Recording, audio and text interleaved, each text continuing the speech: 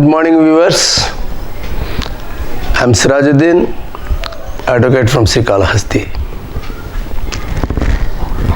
You know about the arrest of a person. Arrest of persons and how the arrest to be made.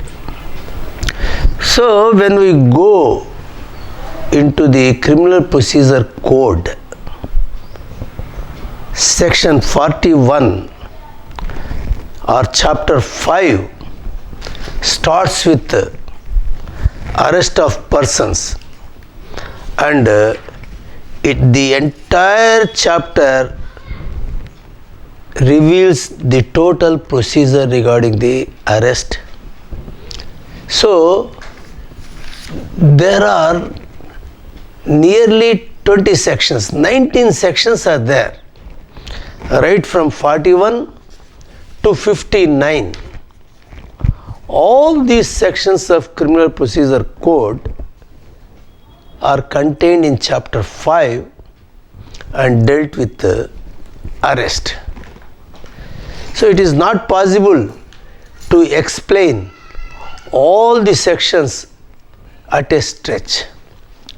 Hence, let me select a few out of these 19 sections, or I will try my level best to present all the 19 sections in 2 or 3 episodes.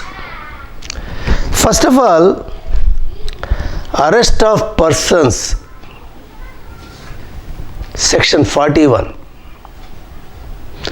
This section 41 says, when police may arrest without a warrant.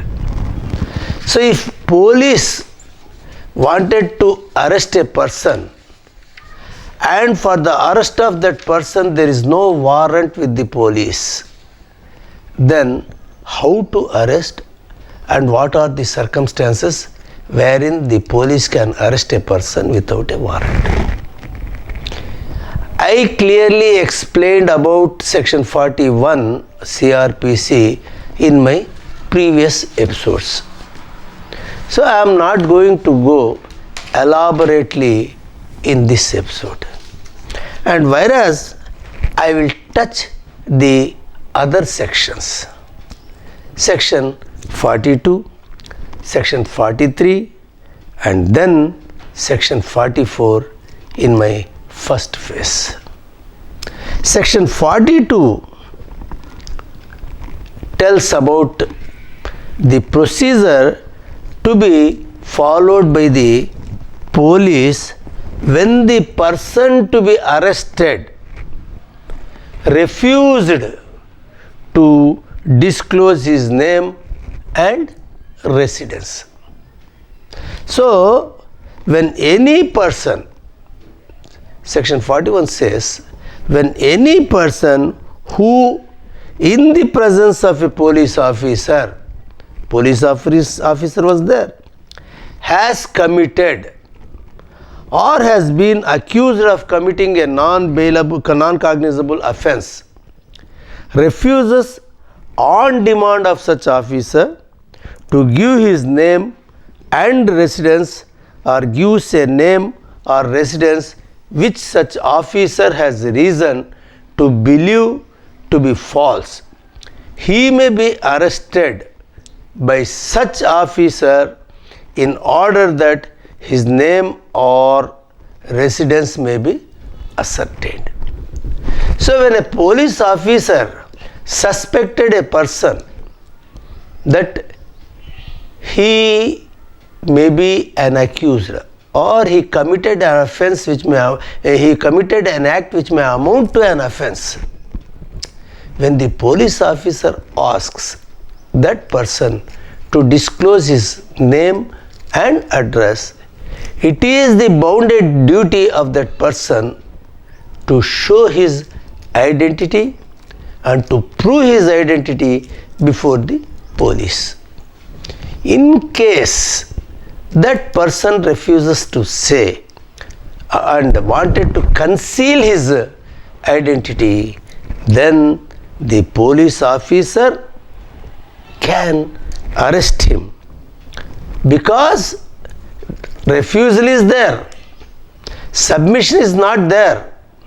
If he submits himself, voluntarily accepting that offense, or if he fails to create the confidence in the mind of the police officer that he is telling correct address, or if he suspects that he is telling lie, then for non-disclosure of his correct name and address, that police officer can arrest him without a warrant. Suppose the true name, when the true name and residence of such person have been ascertained, okay, this is not your name, this is your name, or he himself disclosed, this is my name and it is my address, then the police officer shall release him. The police officer shall release him on executing a bond. That bond shall be with or without sureties, to appear before a magistrate if so required. See, today I am leaving you because he is suspected on a non-cognizable offense. So there is difference between cognizable offense and non-cognizable offense. That we have discussed earlier also, and even we may discuss in the coming episodes. So this is an offense of non-cognizable. So in such cases, the police, by taking sufficient bonds of security, bonds of surety from that person, he may be released, provided if such person is not the resident of India. So what has to be done? The bond shall be secured by a surety or sureties resident in India. Suppose the person who was caught hold by the police belongs to some other country and his name and address was found correct, then he cannot be released, though it is non-cognizable offense, unless some surety was given on behalf of him. So in such case, the persons who are residing in India shall come forward to stand as surety of that specific accused. So it is very clearly stated in section 42 of CRPC. So this is class 1, class 2, I disclosed it in section 42. One is when any person in the presence of a police officer, who being in the presence of the police officer, if asked by that officer to give his true address and name and address, and if he refuses, he can arrest without even warrant. But here, when the true name was given, but he is not the resident of India and he is from some other country, then he may be released on execution of surety bonds from the persons who are residents of India. In third class, what the section 42 will speak? Class 3 will speak that should the true name and residence of such person not be ascertained within 24 hours from the time of arrest, a person was arrested, 24 hours passed away, and the police failed to ascertain his true address and name, or should he fail to execute the bond, he is neither disclosing his name nor giving his correct address and even refusing to give bond, or if so required to furnish sufficient sureties, he shall be forwarded. What the police has to do? He shall be forwarded to the nearest magistrate having jurisdiction. So here what it will speak, I am police inspector, but not of this local jurisdiction. But I find him and I tried my level best to ascertain his true name and address, and there I am failed. So in such a case, I have to prepare and present him before the nearest magistrate. So it is up to the magistrate what to do, whether to give to the custody of the police or to direct to present him before the regular place to which he belongs. It's a different issue. So section 42 speaks about arrest on refusal to give name and address. Okay. Now let us see. It is in the offence committed before a police officer. Suppose if an offence is committed before a private person, you saw him committing some offence as a private person. So what is your duty? What you have to do? That speaks in section 43 of CRPC. So section 43 speaks about arrest by private person and procedure on such arrest. So let us go into section 43. 43 will speak, any person may arrest. Any person may arrest. I can arrest anybody, but there shall be some reasons for it. So I cannot go and cart hold a person and telling that I am arresting you or I am taking you to the police station. Not that. So any private person may arrest or cause to be arrested, or he can attempt to arrest. So or cause to be arrested any person, provided who in his presence he is seeing, he saw it, it is in his presence. So who in his presence commits a non-bailable and cognizable offence. Suppose you are standing somewhere, both are fighting with some two persons are fighting with each other. One stabbed the another. So you need not say that it is not my duty and police will come and they will look after. You can cart hold that gentleman who stabbed the another person. And because that person has committed a non-bailable offence or and cognizable offence or any proclaimed offender. Suppose you saw a man running whose photo you have seen in the newspaper early in the morning, stating that this person is an offender, committed so and so offence, and he escaped from the police custody. So you cannot keep quiet, telling that though he is running away, why should I do? Let the police come and cart hold him. But as a private person, you are at liberty to arrest any proclaimed offender. Proclaimed offender means a person who was proclaimed as an offender by the police, and without unnecessary delay. What you have to do immediately when you cart hold him, without any unnecessary delay, shall make over or cause to be made over any person so arrested to a police officer.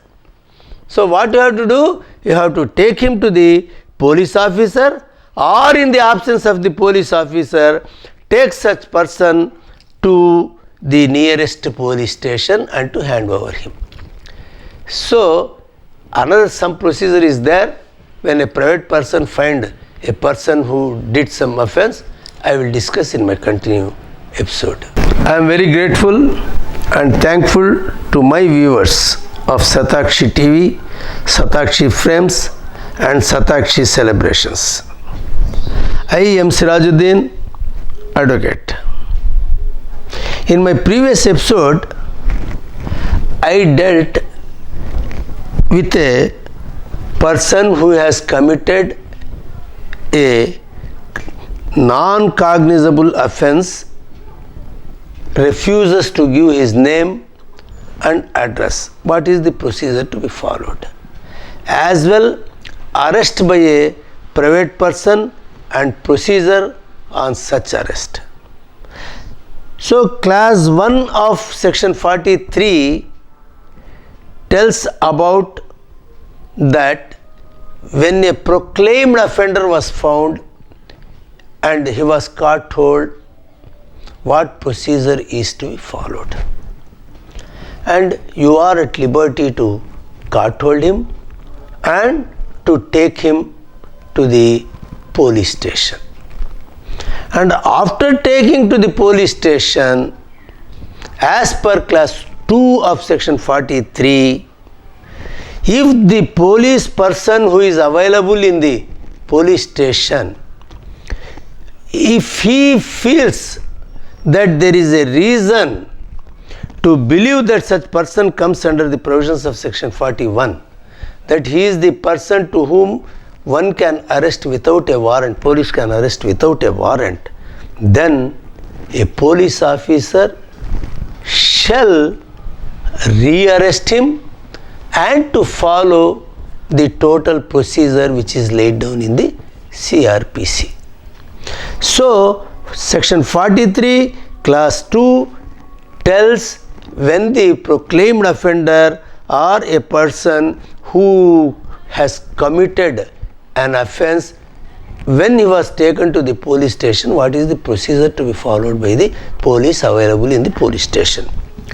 So if, for suppose, there is reason to believe that he has committed a non-cognizable offense, for example, and he refuses on the demand of a police officer to give his name and residence, or gives a name or residence which such officer has reason to believe to be false, then he shall be dealt with under the provisions of section 42. But if there is no sufficient reason to dealt with that offender under section 42 CRPC, then he has to believe that he has committed any offense, he shall be no sufficient reason to believe that he has committed an offense. Then he shall be at once released. So the police has no right to show his arrest or to confine him.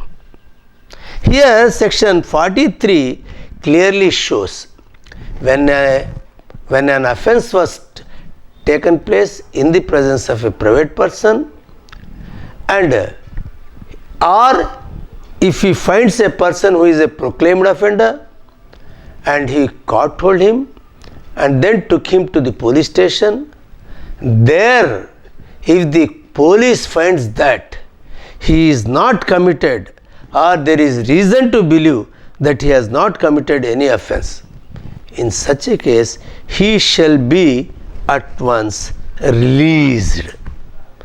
So this is with regard section 43 CRPC. Now I will explain you in brief the procedure laid down in section 44 CRPC. So, section 44 CRPC deals with arrest by magistrate. When a magistrate can arrest, this section 44 also is an important section. Here, when any offence is committed in the presence of a magistrate, suppose magistrate is there, somebody thrown a chappal either on the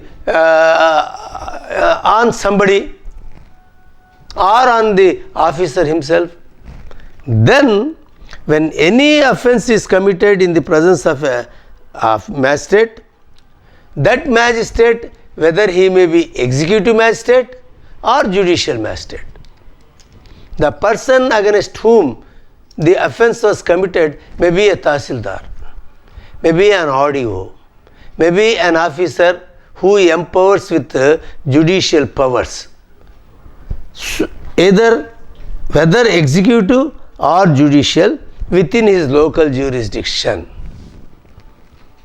Means that person may be of their own local jurisdiction. He may himself arrest. The magistrate himself can arrest or order any person to arrest. We will see even in the movies also sometimes when the judge feels or magistrate feels that such a person has committed an offence, then immediately he will order, take him into custody. Likewise, we have seen so many scenes in the movies also. So, he himself can arrest and he may order any person to arrest the offender and may thereupon, subject to the provisions herein contained as to bail or commit the offender to custody. So, the magistrate, executive magistrate or judicial magistrate, if he feels that he may be released on execution of a bond, then he can order to that effect. Or else he can order for custody of that person and he may be sent to the jail. So, that power will be given to this magistrate, either judicial or executive, under section 44 CRPC. So, any magistrate, whether executive or judicial, may at any time arrest or direct the arrest in his presence within his local jurisdiction of any person for whose arrest he is competent at the time and in the circumstances to issue a warrant. Suppose a person appeared before the court in a specific case and police will bring to the notice of the officer or the employee working in the court, he may bring to the notice of the officer that an NBW is pending against him. So, immediately the officer can order to arrest him. So, this power of magistrate is very wide, very wide. Whether he may be judicial magistrate means you know it better. The officer who is acting as a judge, magistrate, whatever it may be, name, or executive side. Executive side means certain officers vest with the powers of magistrates. For example, in a mandal, Tahsildar is the executive magistrate and he is dealt with certain powers. Similarly, an RDO is a divisional, an RDO is a divisional magistrate, or divisional executive magistrate, I am sorry, divisional executive magistrate, a joint collector, a collector. These revenue authorities or sometimes some other officers also who are designated as judges, they may empowered under this section 44 to arrest a person without warrant. So these two sections, that is section 43 as well 44, both are very crucial. In 43, arrest by private person and procedure on such arrest, and under 44, arrest by magistrate. And next is 45. So 45, protection of members of the armed forces from arrest.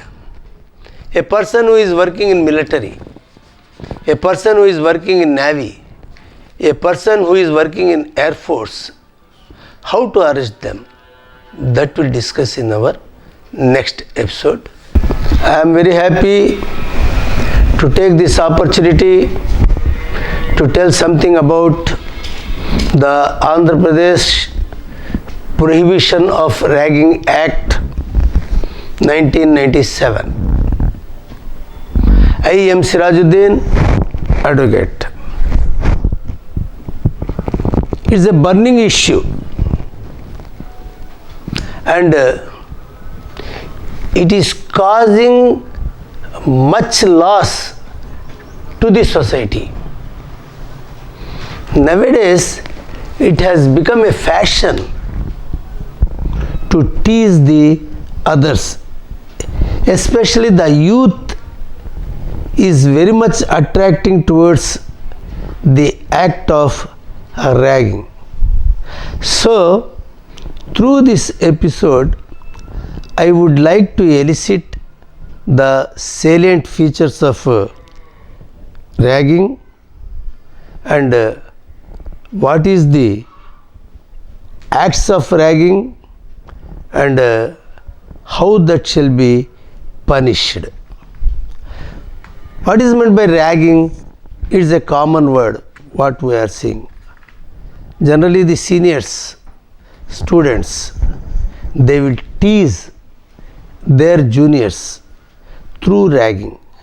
Ragging is nothing but some misdeeds, misacts, miswords which one is not supposed to pronounce or do. Here, this ragging has become a serious issue and a serious problem in all the educational institutions in the state.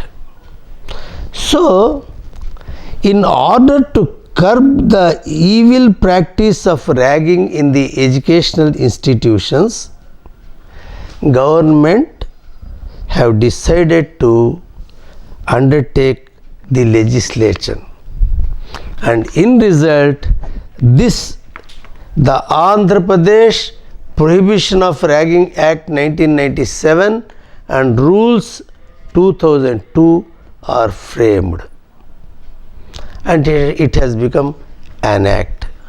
So if any person commits an offence of ragging, he shall be punishable. So what is the object of the law? What is the object of the government in bringing this act? First is, whoever commits, anybody, whoever commits, participates, abets or propagate ragging in the educational institutions or outside the educational institutions and thereby teases. You know the meaning of teasing. So teases or embarrasses, creating an embarrassing situation, the situation which cannot be considered or bear. So teases or embarrasses or humiliates a student.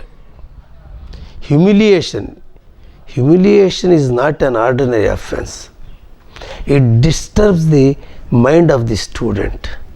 Sometimes the student may go to take a drastic step. Even sometimes he will commit suicide also.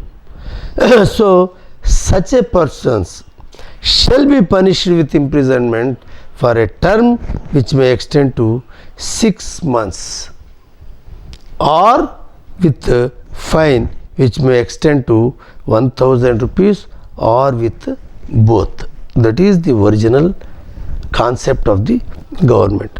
So not only the teasers, even if he assaults or use criminal force or criminally intimidates a student, that person also shall be punished for 1 year, or with fine which may extend to 2000.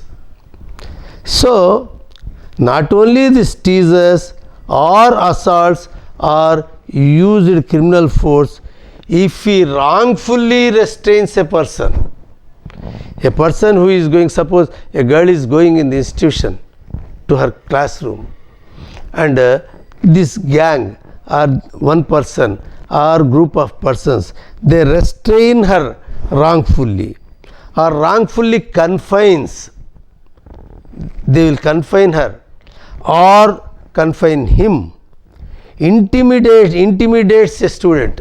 Student includes both male as well female. So both are student, there is no discrimination. So any offense committed either by the female side or by the male side, it is liable to be punished. So punishment is there. Punishment is not only in the shape of imprisonment, but also in the shape of imposing fine, or both. So it is not an easy offense, it is a serious offense.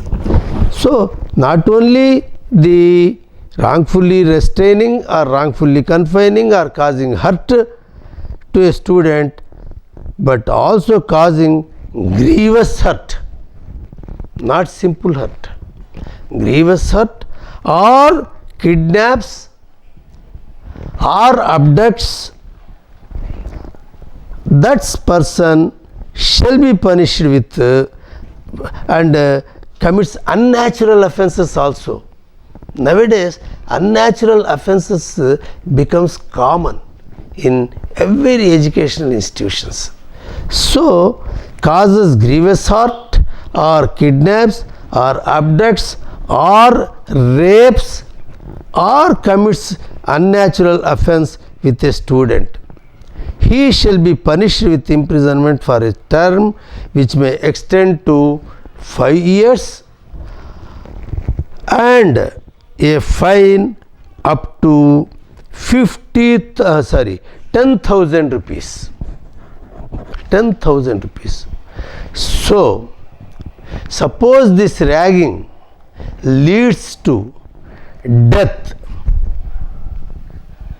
or abets to commit suicide, if the person who was aggrieved by the act of the other person and prepared to commit suicide, or the person himself can cause death of that person, he shall be punished with imprisonment for life or with imprisonment for a term which may extend to 10 years and with a fine which may extend to 50,000 rupees. So ragging may appear as a simple offense. What did he ragged her? What he did, she simply asked her to walk like this, or he was asked to remove his shirt and to run. But that act may appear as a simple act, but it humiliates the identity of that person, mind of that person. It will trouble him. And sometimes a weak-minded person can take a decision to commit suicide, or sometimes he may end his life in some other way also. Or even nowadays the students are not feeling any hesitation even to cause death of a person. So, though this act is a small act, but the punishment starts right from 6 months, and 1,000 fine. It goes up to imprisonment of life, imprisonment of 10 years, and fine up to 50,000 rupees. So, one shall aware of this ragging, and they shall away from this ragging, or else the entire society will be spoiled. Especially in avoiding this ragging, the role of the heads of the institution or role of the faculty of the institutions is more, because no doubt students may be of a tender age, and they may be persons of emotions, or they may attracted towards several evil things, evil scenes, evil stories, etc., etc., etc. So that may provoke them. Or naturally, when a person of tempted nature, a person of emotional nature joins with his colleagues, joins with a group of friends, naturally he will think to do some wrongful act.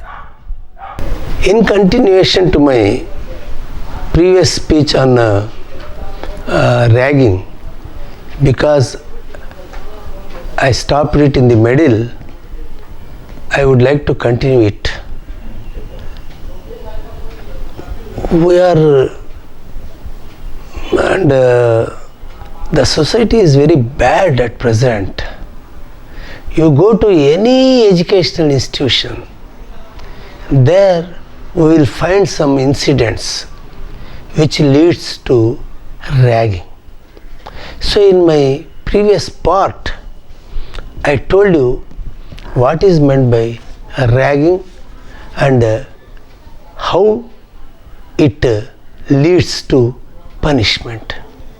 So in that part I clearly told you about teasing, humiliation, embarrassment, assaults, using criminal force, wrongfully restrainments and wrongfully confinements, hurt and then grievous hurt, kidnaps, rapes, or committing unnatural offences by a student, and sometimes causes death or abets suicide. So all this leads to the end of a bad situation.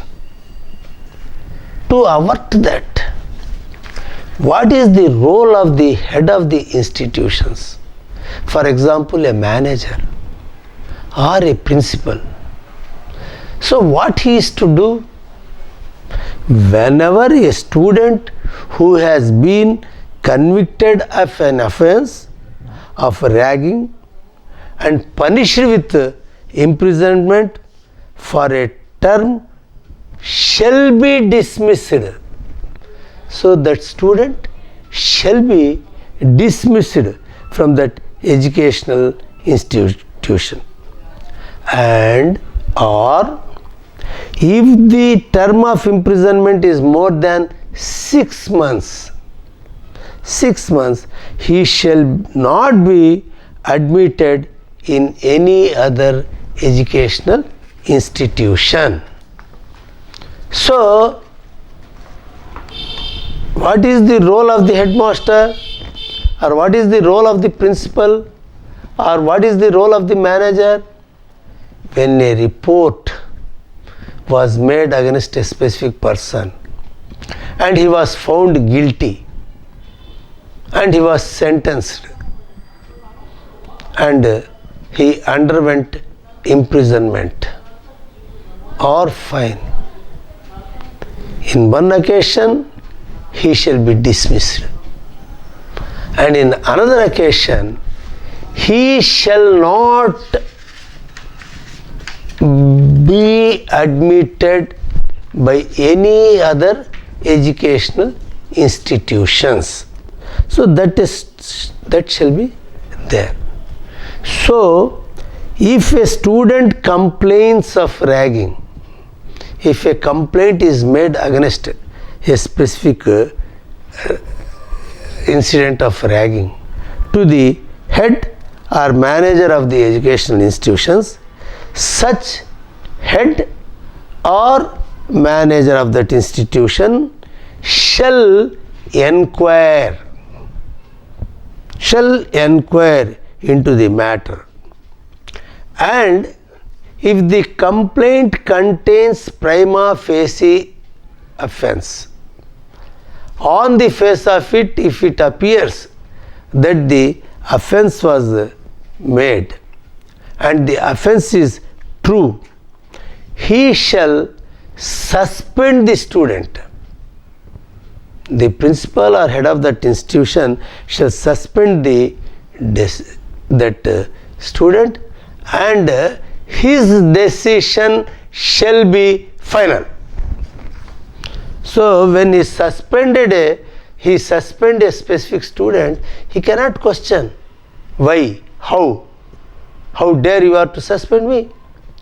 So that question does not arise. So the head has power, he is competent to suspend the person who is a wrongdoer. So ragging is a serious offence. It plays with the life of co-student.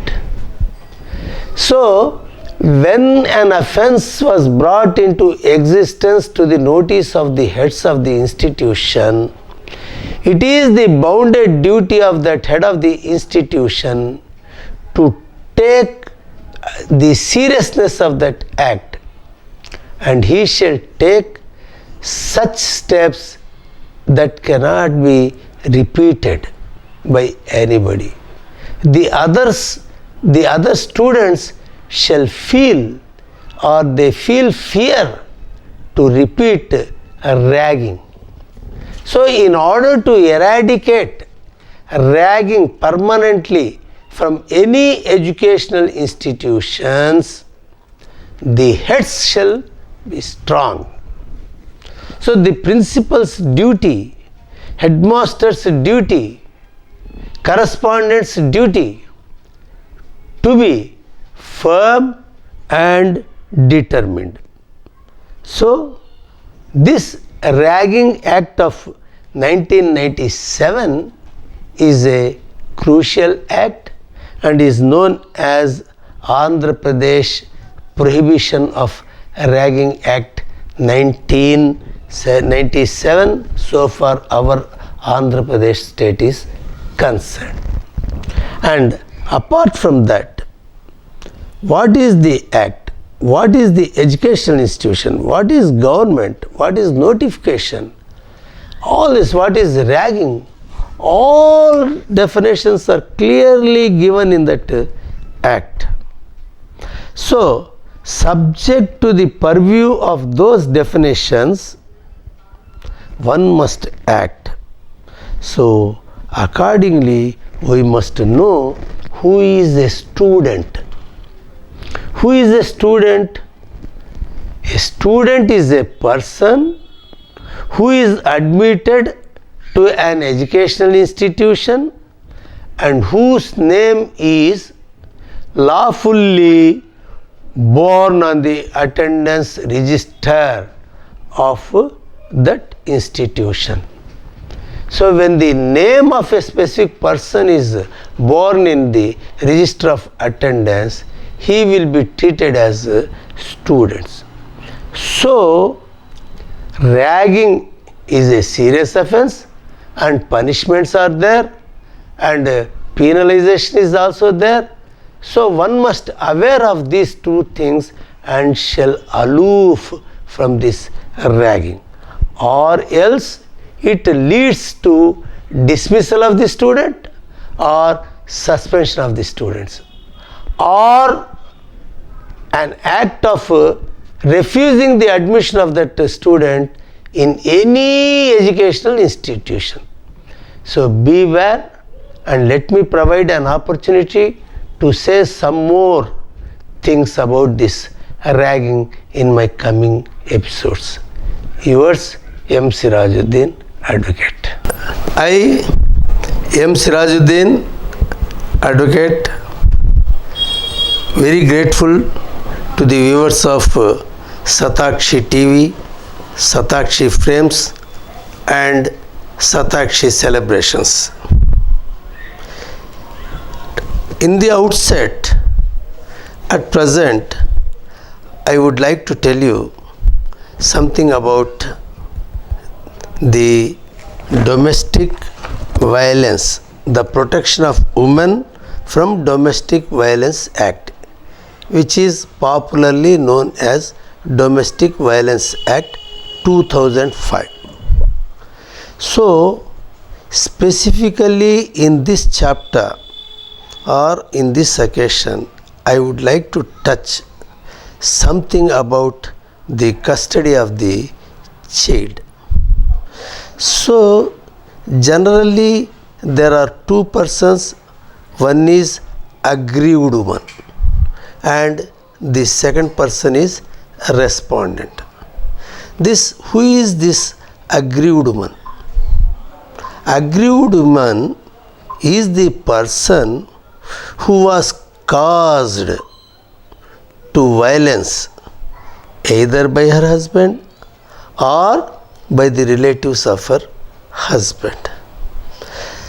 In these circumstances, she have no other go except to take the shelter of this Domestic Violence Act 2005.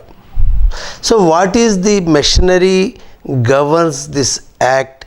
It is a different chapter and that will be discussed in some other episode. Now, so far this specific episode is concerned, I would like to say something about the custody orders as defined in the Protection of Women from Domestic Violence Act. The Protection of Women from Domestic Violence Act 2005 is a central act. Central act passed by the Parliament, and all the state governments in their own way implemented this act. Now, these custody orders are defined in section 21 of this act. What is the definition of custody? I am taking the shelter of this specific book written by the learned friend Mr. N.K. Acharya, Advocate of High Court of Andhra Pradesh.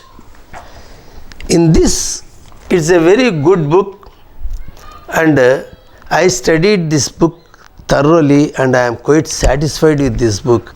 So, I am selecting the provisions of this book to elicit about this domestic violence. So I am thankful to Mr. Acharya, and now I would like to read the section 21. Notwithstanding anything contained in any other law for the time being in force, the magistrate may, at any stage of hearing of the application for protection order or for any other relief under this act, grant temporary custody of any child or children to the aggrieved person or the person making an application on her behalf, and specify if necessary the arrangements for visit of such child or children by the respondent, provided that if the magistrate is of the opinion that any visit of the respondent may be harmful to the interests of the child or children, the magistrate shall refuse to allow such visit. So, this specific section states that notwithstanding anything contained in any other law, we know that so many acts, so many laws are provided for the protection of women's safety. So, whatever it may be, either in the Criminal Procedure Code or in this Indian Penal Code or in some other provisions like 498A IPC, etc., whatever be written in those acts, so notwithstanding, not applicable to all those things for the time being in force, the magistrate who is competent to try the cases of this domestic violence, the magistrate may at any stage of hearing, a case is filed by the aggrieved woman against her husband, and the case is, though it is summary procedure is to be adopted. What is meant by summary procedure? You know it better. Specific time is prescribed to close the trial of that case. Here, in these cases also, 6 months are mandatory period. So, these type of cases shall be decided within 6 months. But sometimes the time may not permit, the trial may lengthy, or the facts involved in the case are very major. So, in those circumstances, sometimes it may not possible to the magistrate to finish the case within 6 months. In such a cases, the magistrate may at any stage of hearing of the application for protection order. So, finally, the magistrate has to pass the protection orders, but before that, at any stage, the magistrate may order or for any other relief under this act grant temporary custody. So, the custody of the children given to the aggrieved person is temporary, subject to the final result of the case. So, grant temporary custody of any child or children. Child may be one, singular, or there may be plural, children, to the aggrieved person or the person making an application on her behalf. So, sometimes even the aggrieved person may not file an application for protection of the child. She can approach the Honorable Court through the person in whom she deposes confidence. So, on her behalf, some other person also can make a representation before the court seeking the custody of the child or children. So, on her behalf and specify if necessary the arrangements for visit of such child or children by the respondent.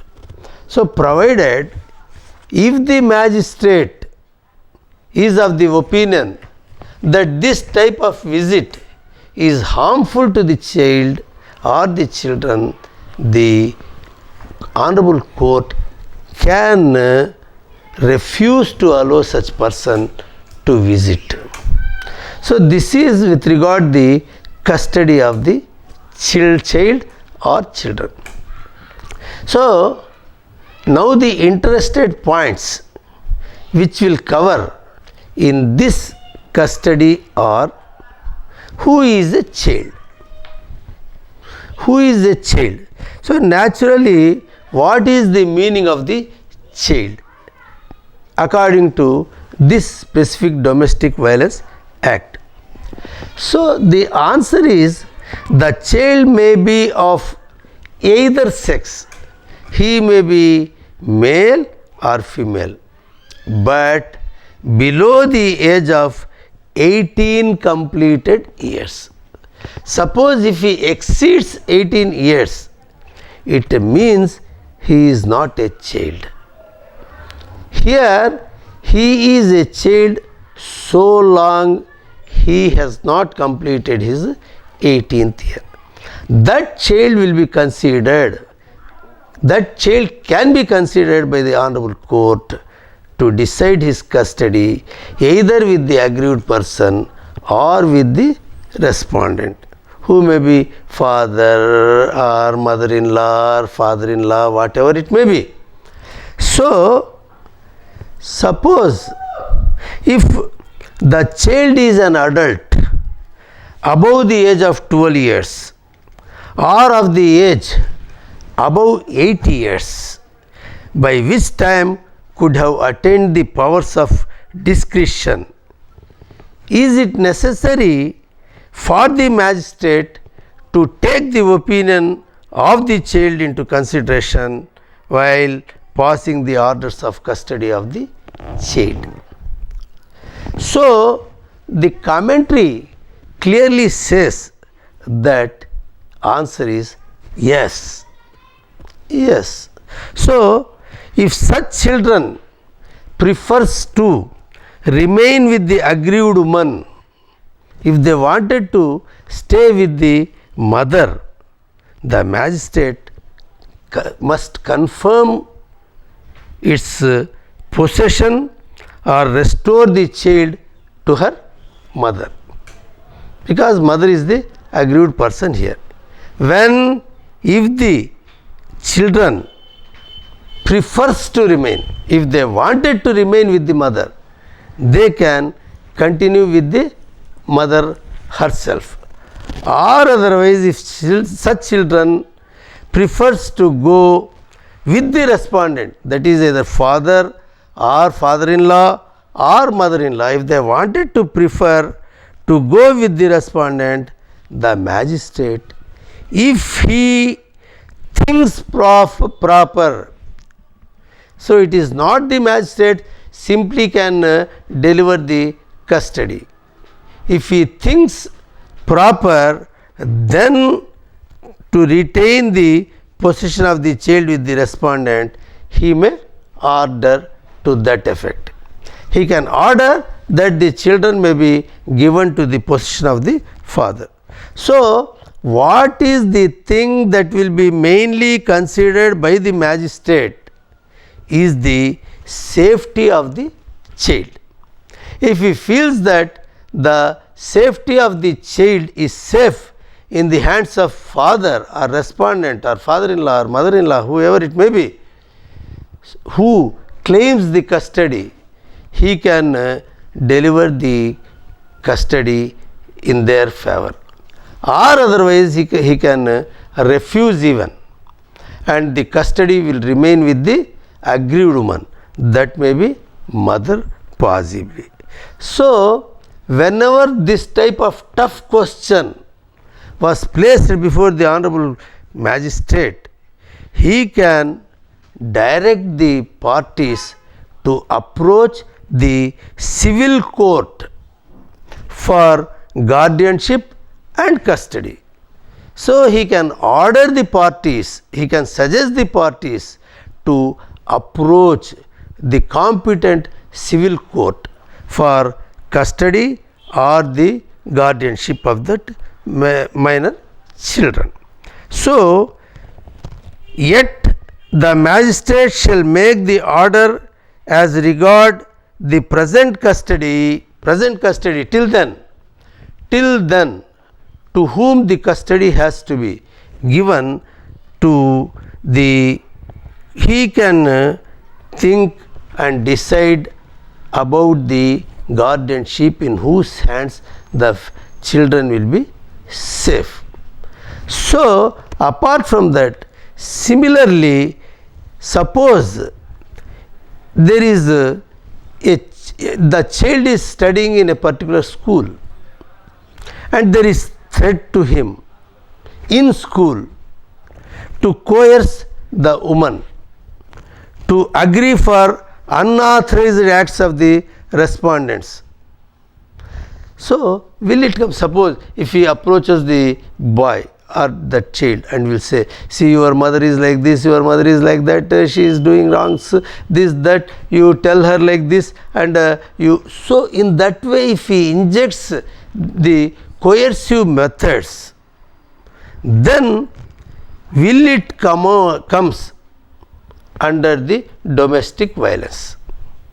Such an instigation of the father or the persons who claims the custody of the child injects the coercive methods against the aggrieved woman, will it amount to cruelty or subjecting her to domestic violence? The answer is yes. The respondent may be ordered not to see the child even. You shall not go to the school. You shall not see the child. You shall not inject him with coercive intentions. So, or even the magistrate have the power to direct the police, even direct the police to enforce it, not to allow that specific person to that child. So, that type of order also can be given by the magistrate, and other things I will continue in my next episode. I am very grateful, Mr. M. Sirajuddin, Advocate.